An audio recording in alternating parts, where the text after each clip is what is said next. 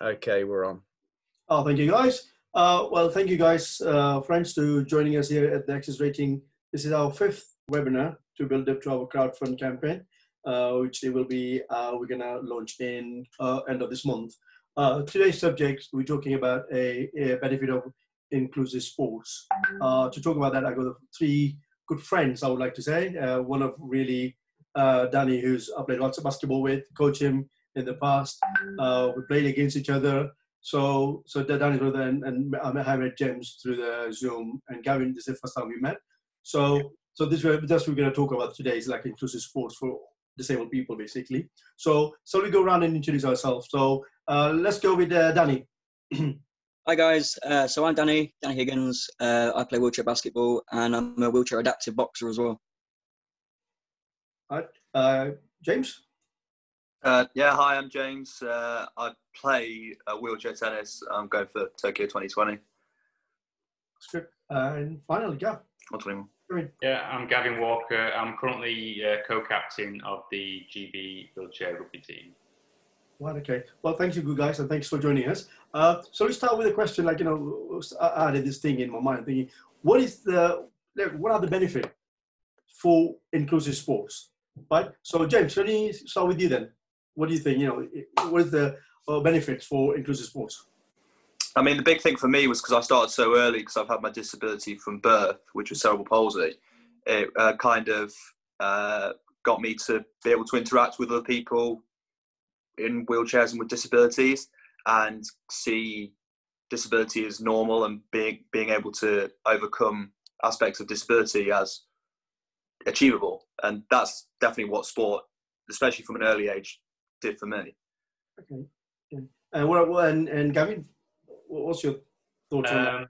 Very similar, although my entrance into sport was a lot later on. I had an accident where I broke my neck, so it's left me with a spinal cord injury. So after having a career in the fire service previously, I was used to being quite active, and I guess that adrenaline that I got from that career, after the shock of breaking my neck and realising, probably wasn't going to walk again, sort of being introduced to sport opened my eyes up a little bit, like James says, as to what's possible. So in the very early stages, it was a case of going and seeing these guys playing rugby, and just being amazed at what is still possible after such a severe injury. So basically, after your accident, you saw what is possibility, like ability on that sports level. Same thing, absolutely. This was just a local club session. This wasn't a game being played at the highest level that I'm playing now. So even seeing sport being played at that level was amazing. To see for the first time. That's great. What do you think, Danny? So with me, I was born with sacrogenesis, which means I was born without the lower part of my spine. So I've always been in a wheelchair. Went to a mainstream school, which never really got involved with sport when I was in school. It was always the opposite, where I weren't actually allowed to do it. So I remember the first time I actually got involved with disability sport, and to see the difference and the inclusion side of things, the fact that you can actually have able-bodied people with disabled people, it gives it that whole family feeling. And I think that's what's different to wheelchair sport and able-bodied sport. So when you were in the school, Danny, just to pick up on what you said, in the school, you weren't allowed to do sports because so depending on what the session was entailing, I wasn't allowed to take part, depending on what because back then it was, I think, more so on what you couldn't do rather than what you could do. Whereas now we look at what you can do and we adapt, well, rather than you can't do that. That's the box ticked. So then, being involved in inclusive sport is much better. Yeah, because similar, because I'm like you guys, I started the sports late in my 20s, if you like. And when I joined the course, which I want to do a coaching course in wheelchair basketball in one of the college in Leicester, because I was in a wheelchair, I was allowed to go in the Sportszone to run a session to become a coach. So I know how you feel, Danny. And then again, a lot of things has changed in the last 20 years for all good things, so we are kind of moving forward and on the good way. So what do you think, like, what impact has inclusive sports, done to your life? So shall we go with Danny? I think with me, it's actually made my life, it's given my life a reason. I think without sport, I don't know where I'd be, to be honest. It's hard to think where I'd be without it. And it's the inclusion side of things that's had that effect. Being able to play a sport with my friends who are able-bodied.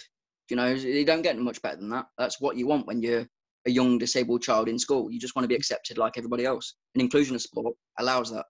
So Danny, like you said, you do basketball and boxing. Yeah. How that works, adaptive boxing, people who doesn't know. So tell us a little bit more about adaptive boxing. Wheelchair boxing is a fairly new sport. It's been around in the last 5 years. Basically, wheelchair users in the ring.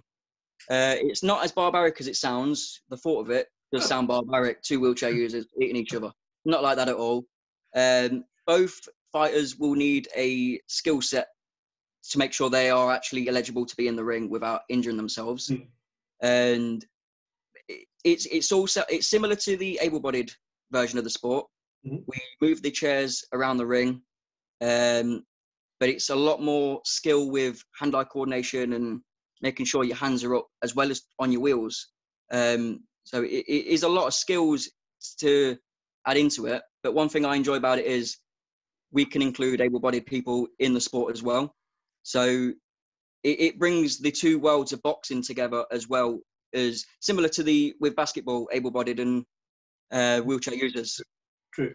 Okay. Thanks, Danny. Gavin, what do you think? What's impact inclusive sports have in your life? Like I said, I think initially it was to sort of fill that void that I missed from the previous career. I was looking to regain my fitness, which it obviously did. But I wasn't quite aware at that point how much of an effect it would have on my day-to-day life. Being in hospital for 6 months, it was amazing how much sort of muscle loss there was, and sort of that rehabilitation process was a very sort of long, drawn-out process.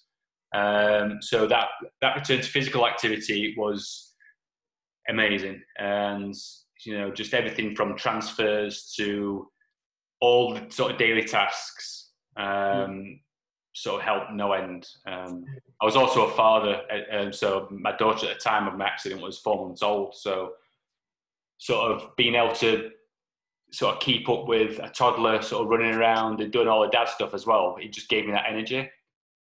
One thing that I went into sport sort of not really considering at all was the mental side of it, and being around people with a similar sort of disability and a similar mindset was something that probably helped me the most. People that have been in a chair, had a similar accident for many, many years, just able to get so much from them, or other little tips, experiences that they've been through. It just opened your eyes and gave you so much confidence, I guess, that things were going to be different. Just give it time and a little bit of patience, but things were going to be okay. Yeah, because like out of 4 of us, like 3 have been disabled, like since I was age of 2, so I was like at a polio age of 2, so it's got like an early age, so it's 10. But with you started like 6, so it must be kind of difficult, not just for you, like you said, you had a young family at the time. At the time, they had to adapt everything, which is a good way. It brings its different problems. I mean, I can't imagine going through school and with the way that schools have been in the past, and hopefully they are getting better. That's a tough time for any kid, never mind a kid that's sort of not being included in things like sport because of their sort of disability. But sort of being older and sort of having a career, and things were going perfectly fine, wife, kids, house, and then for it to crumble around you, that it's just a different problem that you have to deal with. That's all. And James, what do you think? What's impact the inclusive sports is in your life? Yeah, I mean, not only like I've always wanted to do sports, and I've had like a similar experience when I was at school. Like it would be the teachers would kind of be like, "Do you just want to have a free period and not do this?" Because they would kind of help me out, but it was always like I would never be at the same level as they were, or it'd be difficult to be included with the other students. So obviously, just having the inclusive sport was just great, just to have a bit of fun with my mates and that sort of thing. But the main thing I'd say is like being able to teach me how to actually use my body and be independent, because like my condition, cerebral palsy, like it affects coordination of like all my limbs. So initially, before I started playing wheelchair tennis, I was using an electric wheelchair to get around because I couldn't push my own wheelchair. And I remember using that for so long that when I went to GB trials for the first time, they had to actually adapt all of the different drills that everyone was doing because I was so slow. But then obviously over the years, it's been doing specific training and not really, trying to find a way to adapt or get stronger in certain areas and teach my body how to do the things that I want it to do. Mm-hmm. And obviously now got up to like GB number 2 and, traveling the world and doing those things. It's kind of, obviously I'm very independent and able to get around just like anybody else. So that's the biggest impact it's had on me, really. Yeah. So because like out of us, for you, Gavin and yourself, been traveling around playing the sports you love. So what's the difference you think, for example, like, from this end to UK to, for example, when you go to somewhere in Europe or somewhere outside Europe, did you see any different? How would we do here in the disabled sports? I mean, I think that because we're often within tennis, it's often just like we're in a base where all the players know each other and all the disorganizers within that. So you don't always see outside of that little bubble that you're in. Oh, okay. But I have found that like other countries might not take the sport as seriously, and other people just speaking to other players in countries like Brazil before the Paralympics there and stuff like that, they really struggle to get any sort of be included within sport initially. So I do think we've got a lot more opportunities than they have, and often even just in everyday life, just trying to get around you can tell that it's tougher for people from other countries maybe than ourselves in this country. Oh wow, that's good. What do you think, Gav? What's your experience? You were telling us before you were going to America or planning in November. Yeah. Yeah. I think there are other countries that have a better environment for sport. When it comes to or a better culture. Yeah. Typically America and Australia. They, you go there and it's just from a young age, they are watching sport, playing sport, all different types of sport. It's just a culture that they seem to live and thrive in. So I would say that side of things seems to be better. And I think because of that, it sort of breeds a different sort of athlete, maybe naturally. But I think when you're sort of looking at accessibility and sort of inclusion in sport, the work that's now being done in schools, I think we're perhaps ahead of the game. I'm not basing this on any sort of facts, just on what I've seen. I think we're starting to do a pretty good job. No doubt there are other countries that are a step ahead, but I think maybe we're perhaps making the right steps here. So, Danny, do you have experience traveling within not Europe? Not as much. The only traveling I've really done within sport is probably Sheffield. Okay. That's a good travel. Yeah, it's not very... it had its issues, put it that way. Yeah, but that's true, especially like in public transport, I can imagine. Yeah. But playing for Sheffield is something good, you must be improving. So you say? It was a great experience. I loved it. Yeah. So, guys, talking about that, like how we do. So, what do you think we can? Is it like do we need to improve the inclusive sports? What we can do in your experience. So, Danny, do you want to pick up on this? Yeah. So I think there's always room for improvement, no matter what it is. But if you look at the current situation with the classification issues in certain sports, I think that's definitely an issue that does need to be improved on. If we are going to carry on with inclusion of sport, it's what makes disability sport so unique in itself because of how inclusive it can be. So yeah, I definitely think there's room for improvement all the time. And James, like with your tennis, what do you think? Do you think we can do more? You know, I do think it's like often wheelchair tennis has struggled in the past. It's improved massively over the past 5 years, but it's struggled to get players in because they just didn't see the players actually play wheelchair tennis as much, or there wasn't the clubs with the available equipment. It would often be like people would see basketball and not really tennis. But now, because of obviously more coverage on like Wimbledon and that sort of thing, people are actually seeing it as a viable sport. I do think that certain things with classification as well. I think it's in all sports.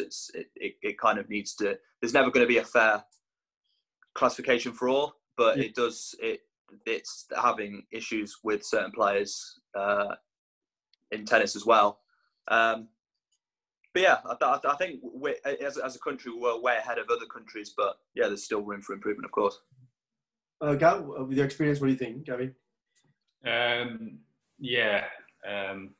think we need to make it more aware.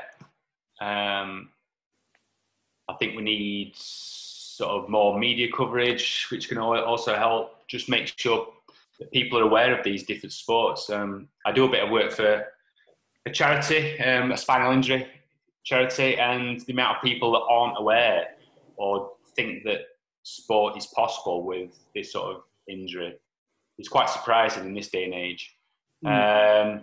I think more work in schools, like the guys have said, making that more inclusive and making sports that all students can play together, so you aren't separated, you're not doing a different thing.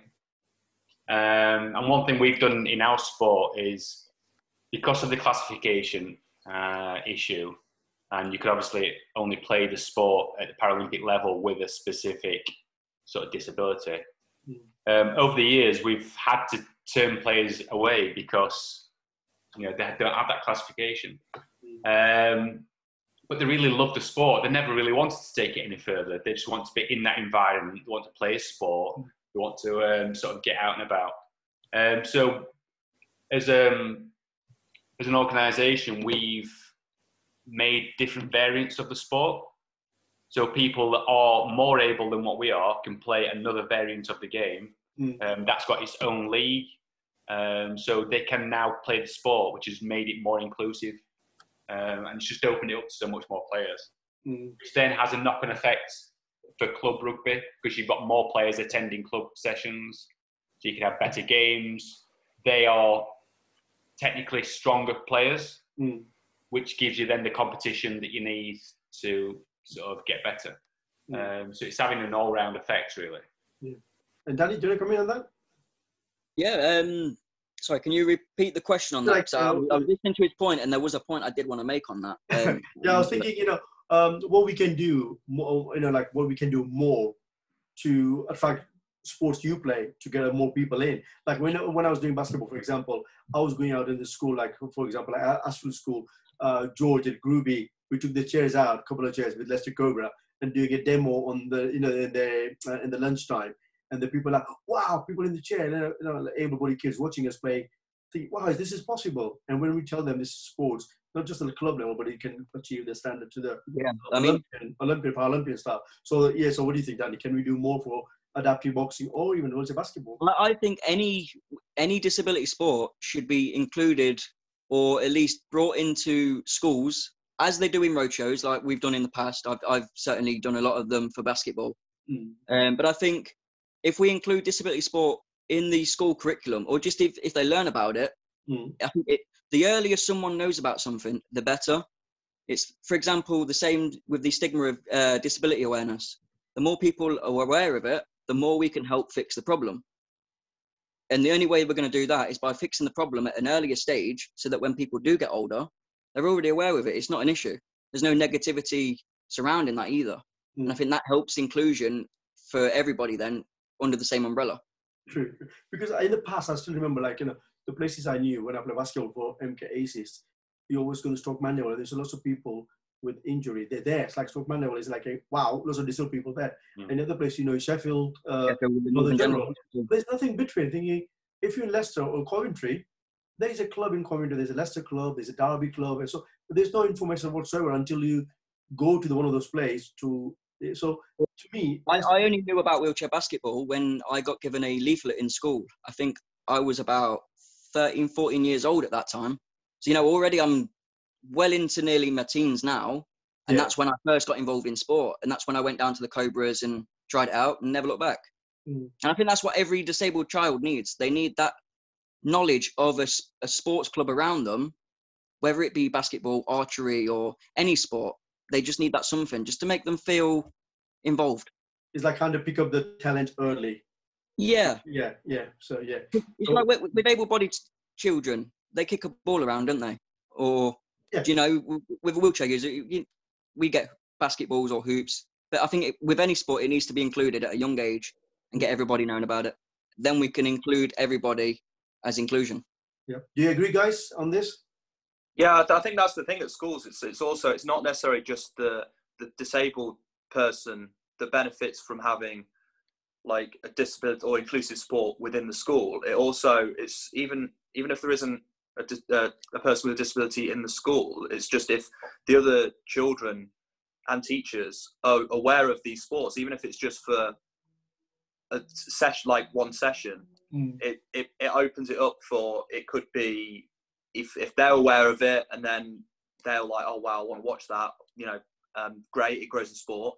Or they might know someone or come across someone with a disability in the future and they might know they know more about the sport, so then they can get them involved. It's just kind of, it shouldn't just be limited to, oh no, we've got a disabled person in our school, we need to kind of make sure that it's inclusive now. It's no, everyone should know about all these sports, because just because you haven't got a disability doesn't mean that you can't play basketball or tennis or whatever in a wheelchair.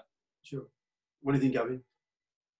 Yeah, I mean, I don't know how realistic it is or whether it's even in the pipeline, but if schools had access to, let's say, a multi-purpose chair where you could do various sort of different sports, I think some of the issues we have now with children not wanting to play sport, I think you could turn that on its head, because the school visits I do and the opportunities that kids get to try wheelchair rugby, they love it. They love it, and you can't get them out of the chairs.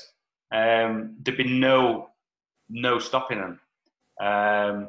In fact, I think you probably have to put on extra sessions after school to make sure the kids are getting their fix, because it's something that they're not aware of. It's something totally different, and it's something that everyone can do. There's sort of no real sort of limits. Yeah. So I take it all of you guys, do you go out to the schools, the places, and talk to the children's or businesses about the sports inclusive? Yeah. Danny, do you do that, don't you, Danny? Yeah. Yep. Gavin, you do as well? Yeah, I've done quite a few, over the years. Yeah. James, what about you? Do you go to the schools and visit and talk to the kids? Yeah, the main thing I do is I work for a company called Beyond the Baseline, which is like it's going into it's schools, and it's helping able-bodied people really like overcome like social issues normally. But again, I take the wheelchairs in, and they just love it. And even if like someone that's not very confident and is really shy, get them in a chair and everyone's all around them and they're all having a good time, and it breaks down boundaries really. It does. Like how you talk about the sports, do we think we need to focus? It's like if I'm playing wheelchair basketball or wheelchair tennis, do I need to focus and saying this is it, I need to be Paralympian? Or you think just taking part and being fit is important? That's the problem, isn't it? Paralympian. So Danny, you can take it over then. Yeah, that's the problem. I've noticed that there's not every wheelchair user wants to be a Paralympian. They just want to be involved in sport. Not even every wheelchair user wants to be involved in sport at all. There's a few people I know because as you guys know, being wheelchair users, you probably get the odd person in the street that says, slow down, or are you in the Paralympics? It's a frequently asked question, isn't it? Or are you doing a marathon? But I know a couple of people where they get asked that and they take actual real offence to that because they don't want to be involved with, they don't want to be labelled just because they're a wheelchair user as that genre of people. I mean, I know we're classed as superhumans in that sense, but then another thing on that, I won't add on to it because I'll go on for a tangent and I'll do that too much. I almost went then. No, there we go, I've gone. See, it's happening. I'll go on a tangent and forget what I'm saying. So go back to someone else, carry on. James, you're going to pick up from there. Either of you, don't want to pick up there. Just remember what the question was. The question, like, it was like question, just like general conversation. Say, of course. Like when you play sports, like, you are now Paralympic. Yeah. But you think, do we need to tell people, like kids, when you go to swimming? I don't think so. I think people need sort of a clear understanding about the sport. My intention was never to play at this level. It was only ever to play at weekends because I'd returned to work. So I was working until I was forced to retire. It was only when I got forced to retire that I had time on my hands, so I put it into rugby. And then my career sort of developed. I never played sport before my injury. I didn't know about the Paralympics. I didn't know what was possible. I was very sort of naive to it all, like many people are. So it was only through sort of seeing these people, seeing what was possible, and the encouragement I got once I got into the environment, that I was, that I thought about taking it further. What do you think, James? Yeah, I mean, I do think it was saying about like the superhumans and that sort of thing, and people get asked about it a lot. You go into the Paralympics and stuff like that, and it is like, well, I shouldn't need to do that just because I'm enjoying sport. And I think that's the biggest thing for me has never been like, because it's my full-time job going to the Paralympics now, but the biggest thing for me was just being in like a social environment around other people with disabilities, because I didn't know anyone with disabilities who were leading, I guess, I hate to say normal, but like a normal life really, because it was like growing up with cerebral palsy, I was seeing people that were very severely disabled, and so I wasn't seeing people that were doing the things that I wanted to do out of sport. So I think it's just, you really don't need to take it just take it as far as you want. You don't need to be Paralympic to get so much out of the sport, because the biggest thing for me that I've got out of sport hasn't been because I'm full-time or going for the Paralympics or anything like that. Rich, can I bring you in? Because I know Rich started playing sports recently. Rich, what do you take, Rich? Because I know you play sports recently since your accident. Is it tennis and the rugby you started? Yeah, well, it wasn't an accident, Jig, but I'll forgive you for that one. You know that anyway. It's because other people have had one. Don't worry, I know. You know what I mean? Yeah. I'll let you off. Thank you.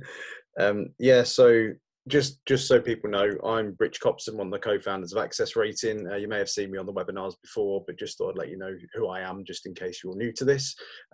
So yeah, I was new to disability sport at, well, to be honest, it was only about 18 months ago, maybe 2 years at the most, that I started playing a disability sport, which was wheelchair rugby. Interesting thing is, up to that point, I'd always been a massive sport fan. I'd always played tennis and football up to the age of 16 when I was diagnosed with Becker muscular dystrophy, which is a muscle wasted condition. It's a genetic disease. And basically, I'd really like sport, and I literally started to have I started to fall over and stuff on the tennis court, on the football pitch, started to find that I couldn't keep up with my peers, thought there was something was wrong, obviously then got this diagnosis, which kind of put me into a bit of a spiral of mental health, I'd say, as well as my physical health deteriorating as well. Probably a big thing for me is that at the time, probably at the time of the start of diagnosis, I probably wouldn't have been ready at that point to get involved in disability sport, because the word disability was very new to me. And it wasn't something like when you've had an accident and you're kind of thrown into kind of the midst of disability. I wasn't in a wheelchair. I was walking at the time. There was no crutches, no nothing. So what it probably would have helped with at the age of about sort of 23, 24, when I started to use crutches. And I probably started to kind of browse on Google about disability sport. A lot of the time, I really couldn't find anything. I found some really pretty terrible websites, to be honest, that had very little information on, and kind of some of them had phone numbers on, but at the time I didn't feel perhaps confident enough to just like ring somebody up and say, can I come and play sport? So that whole process, I think, of introducing people to sport, I think that must have improved, but I think it's certainly something I think that still needs to be worked on, because of the fact that from 24, when I was kind of looking at whether I wanted to do disability sport, now then going to the age of 32, 33, and then that's the point that I started playing wheelchair sport, and that was off my own back. So that was the fact that I, just by look, saw that they were doing wheelchair rugby tournament in Leicester.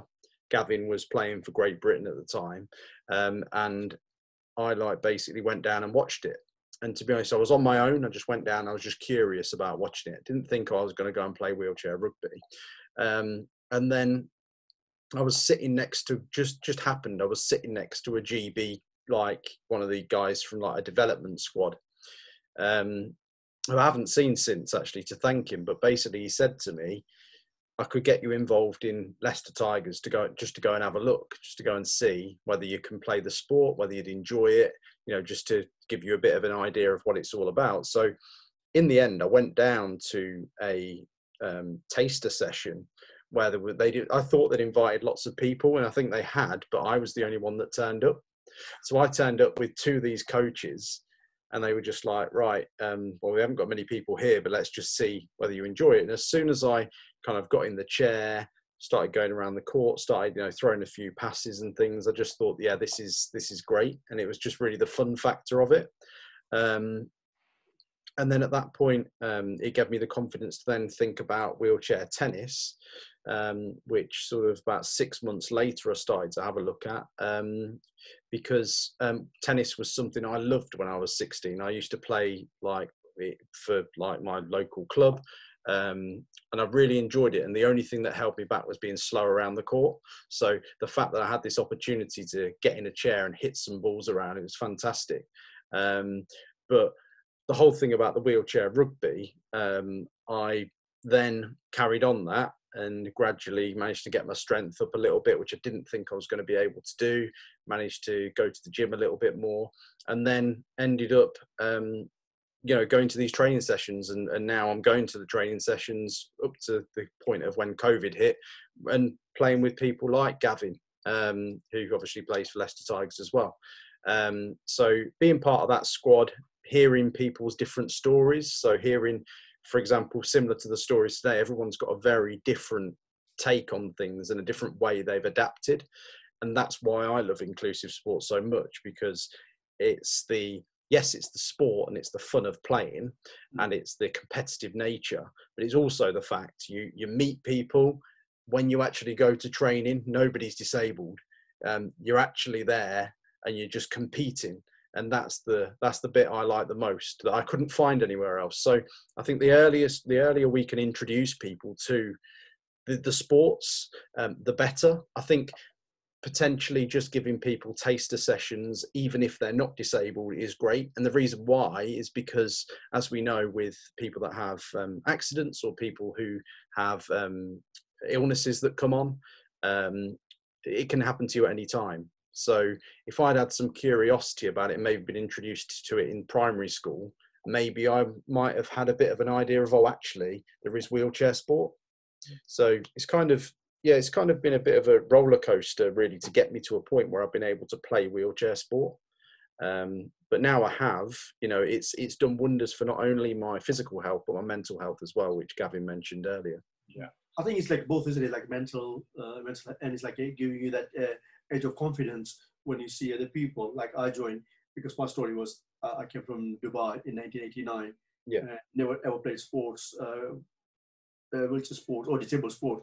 But when I saw a friend of mine, Giant Mystery, playing tennis, and I like, whoa. Then I saw the Big 8 on the Channel 4, wheelchair basketball, and other people in the wheelchair playing sports.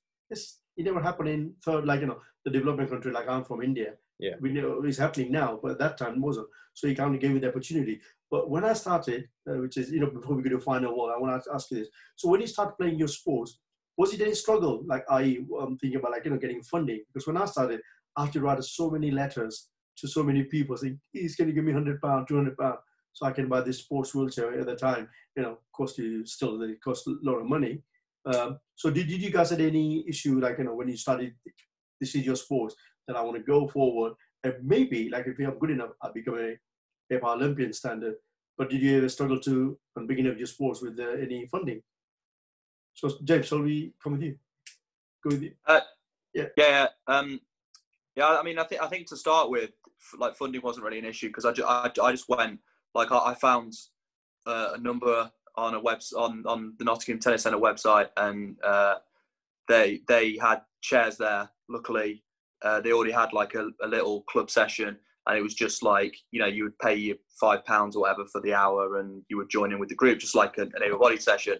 But I know as you get up and you want your own chair, obviously thousands of pounds. Trying to get companies to get involved with that is often quite difficult. When I was a kid, I had there's quite a few charities. That's how I got my first chair. But I found it difficult as I've got older, finding funding towards the equipment I need. Obviously, until playing for Great Britain is, I wouldn't say there's not big sponsors there, but you can get help from the governing body and UK Sport and stuff like that. But yeah, it's not an easy thing. No. And Danny, what about you? So when I first took wheelchair boxing, it was just going to be a taster session. I didn't expect to be involved as I am now. It was just one of those things I wanted to tick off the bucket list. So investments, really, it was just £10 bag of boxing gloves from Sports Direct. That was literally all I needed.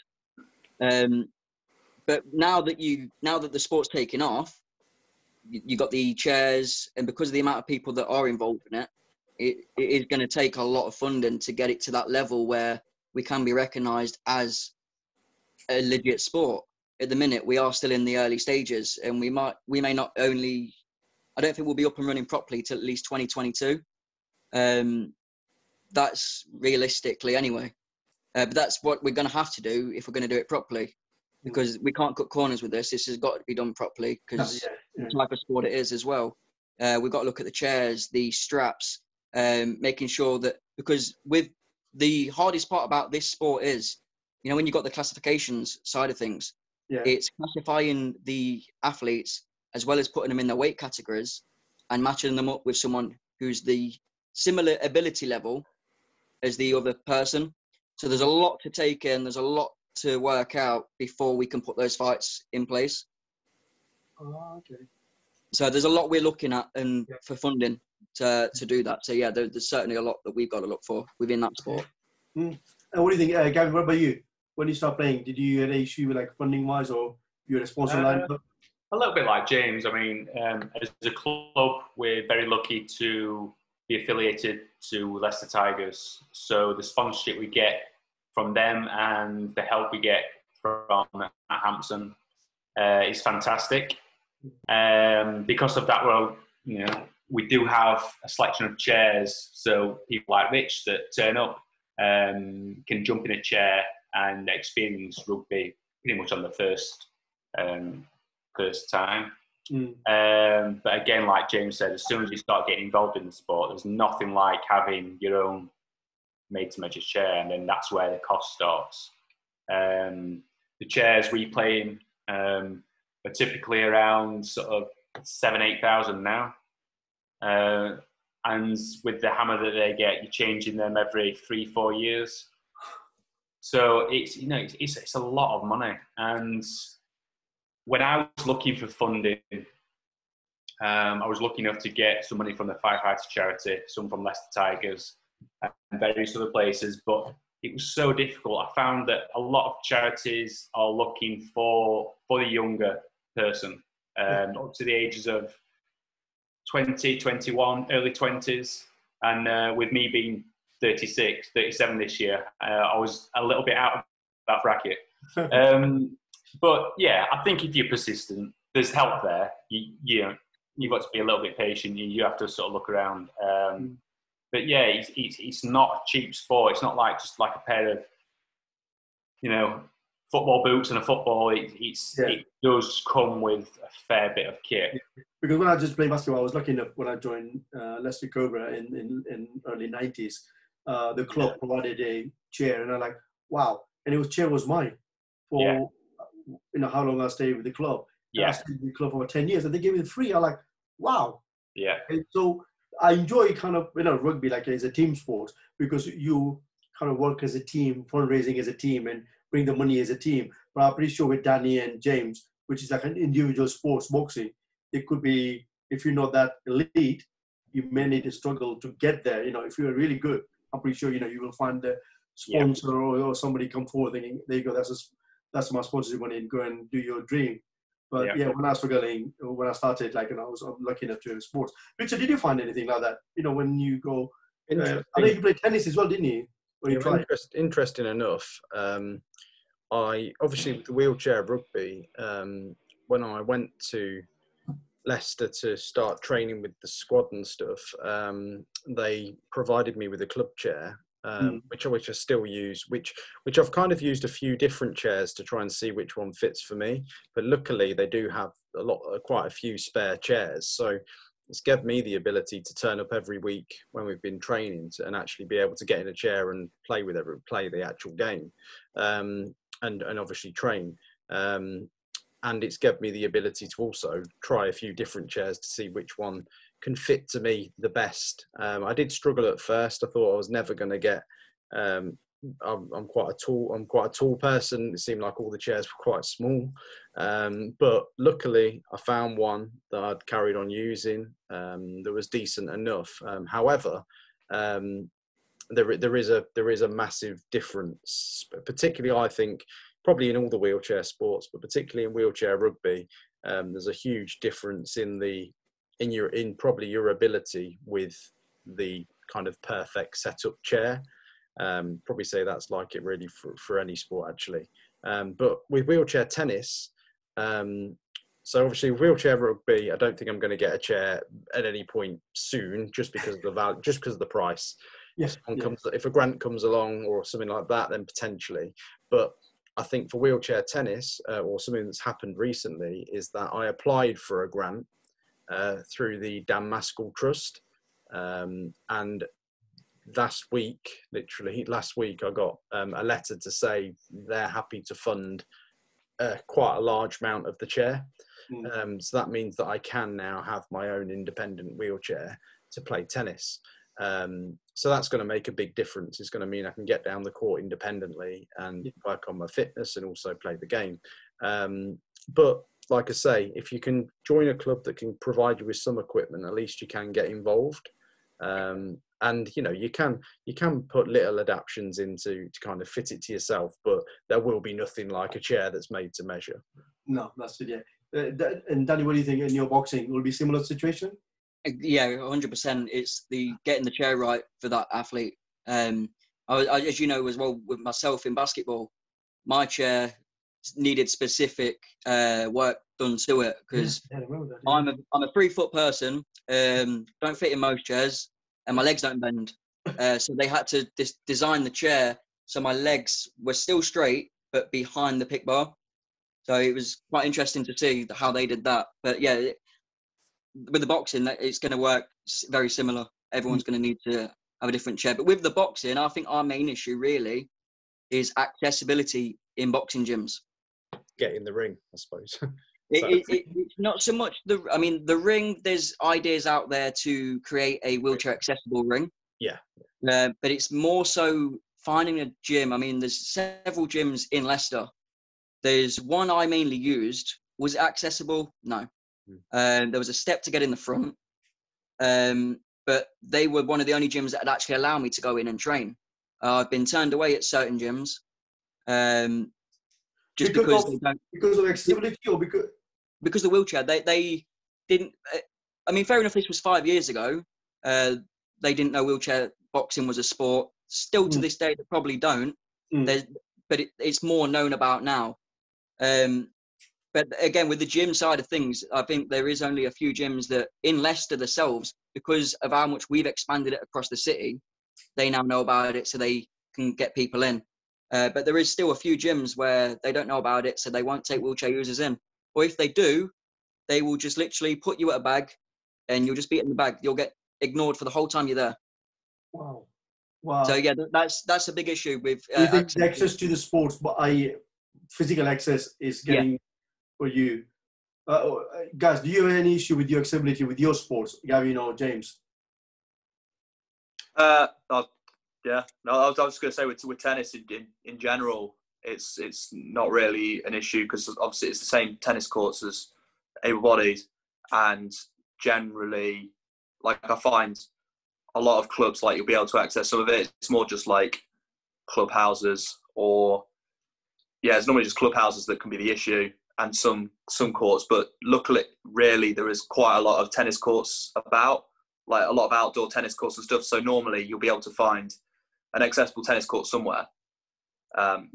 It's just getting access to like the chairs and stuff. But again, there's normally pretty good access for that, in hubs around like Loughborough, Nottingham, and that's all across the country. So you're never too far away from that, I don't think. And Gavin? I think we're generally all right. We've got the places that we know where we can train. There's a few places that don't like us training or that have refused us because we tend to make a bit of a mess of the floor. You get us in trouble a lot, you lot do. Yeah, we do. Yeah, we do. But in the main, it's okay.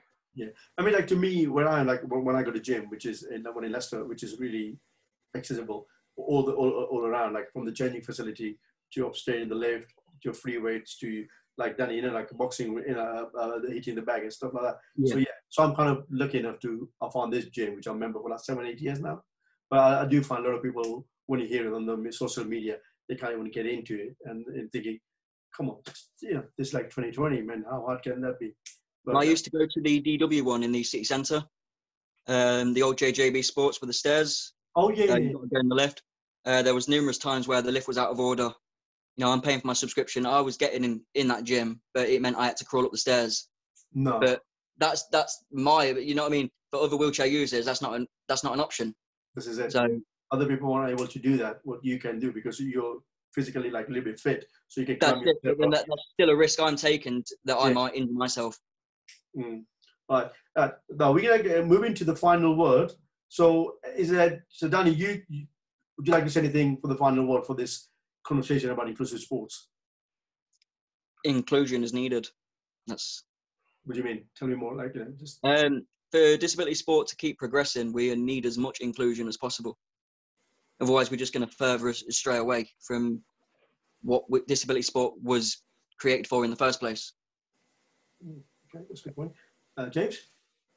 Yeah, I think it's kind of obvious how vital inclusive sport is for like us who have like disabilities, but then also I think like just discussing it, it's so important as well for able-bodied people to be included with disability sport, because just to include people with disabilities more and include us more into the mainstream and like in and out of sport, and just so they have an awareness and see how much like enjoyment you can get from disability sport as much as able-bodied sport.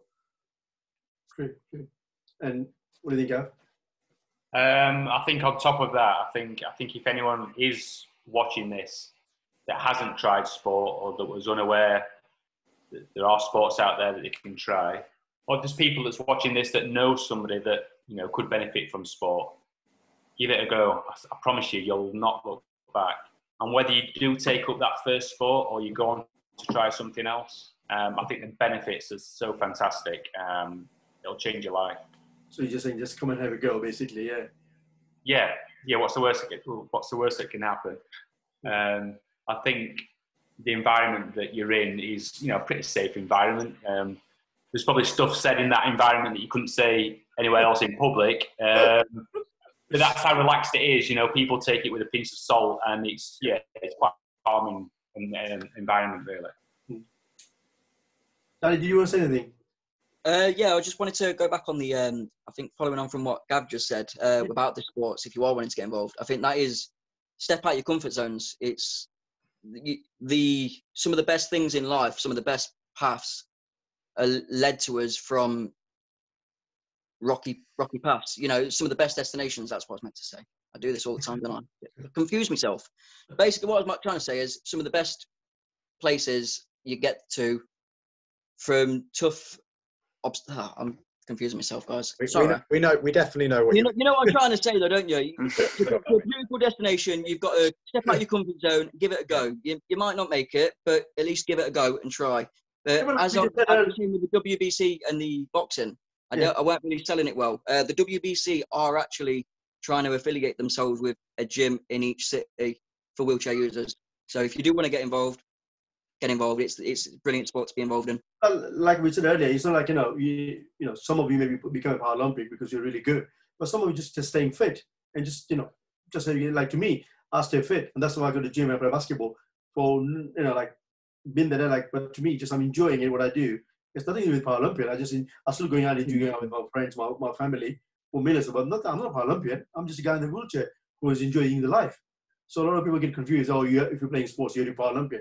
No, not necessarily. Just play the sports you enjoy. It's also, if you want to compete, you don't even have to compete at the highest level. It's like with tennis, it's like the wheelchair. Like when I started out, I played in my local tennis club's box leagues and was in like Division 5 playing against able-bodied people. I wanted to compete, and I didn't realise I'd get to where I've got to. But I think if you ask, you speak to people and speak to clubs, or there's people will be more than happy to include you within able-bodied sport if it's quite, especially tennis, it's quite easy to do that, to do able-bodied against someone in a wheelchair. That's why I personally that's why it excites me about wheelchair tennis to start with, is that you can play it with anyone. Yeah.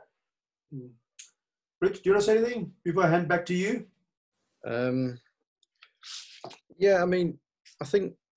I think the main thing is very similar to what Danny was saying. It is about stepping outside your comfort zone. That's exactly what I did 18 months ago, and it has led to actually improving my physical health, my mental health. It's enabled me to do things like go to the gym once a week or do workouts at home. It's improved the thing is with a lot of these things is, yes, it can make you a gold medalist. It can do things like that for you.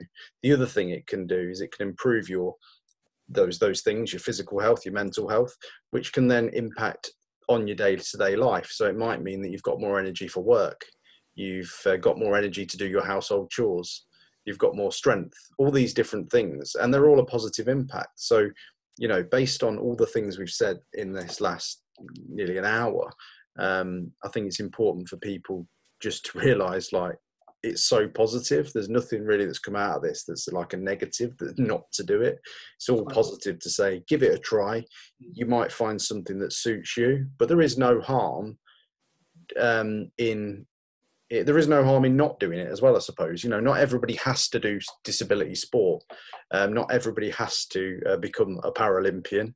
But we've shown you the benefits, so why not give it a go? That's true. Well, on that note, just want to say, guys, thank you for joining us, and appreciate it for your experience, sharing your experience with us. And people who are watching, I'm pretty sure, like me, they'll enjoy listening to your journey, how far you come, and we look forward to seeing, all three of you in the next Paralympic, which is the next year. So on that, you want to pass back to me? Yep, there's someone here. I'm just going to pass back to you. Just want to say thanks to our guests, and I'm going to pass back to Richie for a little bit more info on accelerating. Thanks, Jig. Just didn't want to leave this bit out because it's crucial for these webinars that we've been doing. So this is webinar number 5 that we've just completed now with our fantastic guests from the world of inclusive sport.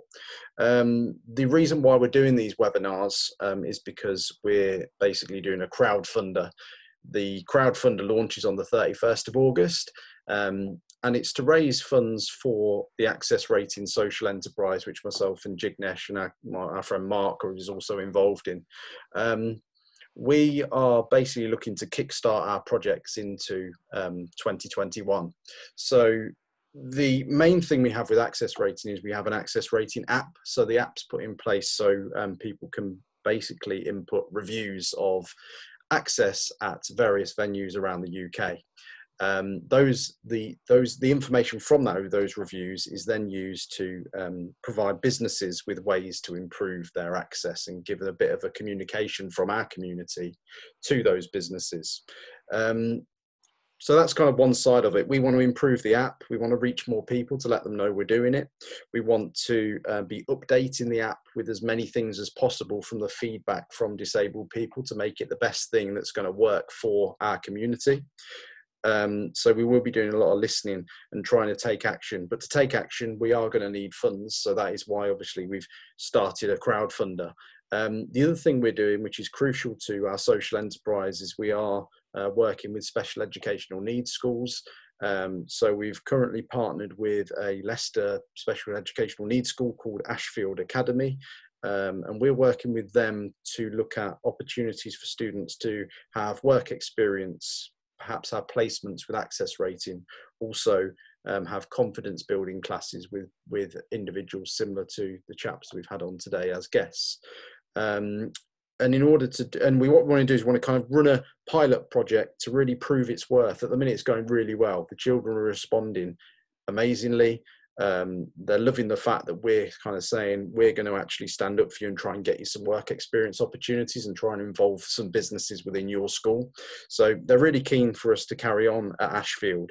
And for us to expand that further, again, we're going to need funds. So all these things are going to either improve disabled access or they'll improve the employment opportunities for young disabled people in the UK. Either way, we hope to improve both, and we want to use the power of those people's reviews on the app to help as many people as possible in the UK. Finally, probably just a point on the crowdfunder, which will appear on our social media on the 31st of August. It will be coming with some rewards. So for your donations, there are rewards available. 2 of which are there's 2 actual raffles with 2 fantastic prizes, which I won't give too much away at the moment. There's also a few other rewards for businesses that businesses can take up. We're looking for things like sponsors, and there's also advertising opportunities on our app and website. So there's lots of things to get involved in. Just keep an eye on our social media. It's on Facebook, Instagram, and also on LinkedIn, and it's Access Rating is what you need to be looking for. We finish with our final webinar, which is next Thursday, 27th of August, and that is all to do with hidden disability. Our guest for that one will be released early next week. So from me, thank you for joining us, and thank you for the guests for joining us. I'm going to pass back to Jig to say thank you as well, and then I will leave. Guys, again, like Richie said, thanks a lot. Really appreciate your support and sharing your story with us. And for me, I just learned a few more things about for the rugby, how expensive it is to play and how hard it is to play. So I'm glad I'm keeping that away from me. So expensive but fun. Yeah, expensive but fun. Yeah. So thank you guys. Appreciate it. Cheers. Pleasure. Cheers. Thanks, guys. Bye. Bye. Cheers. Bye. Thanks.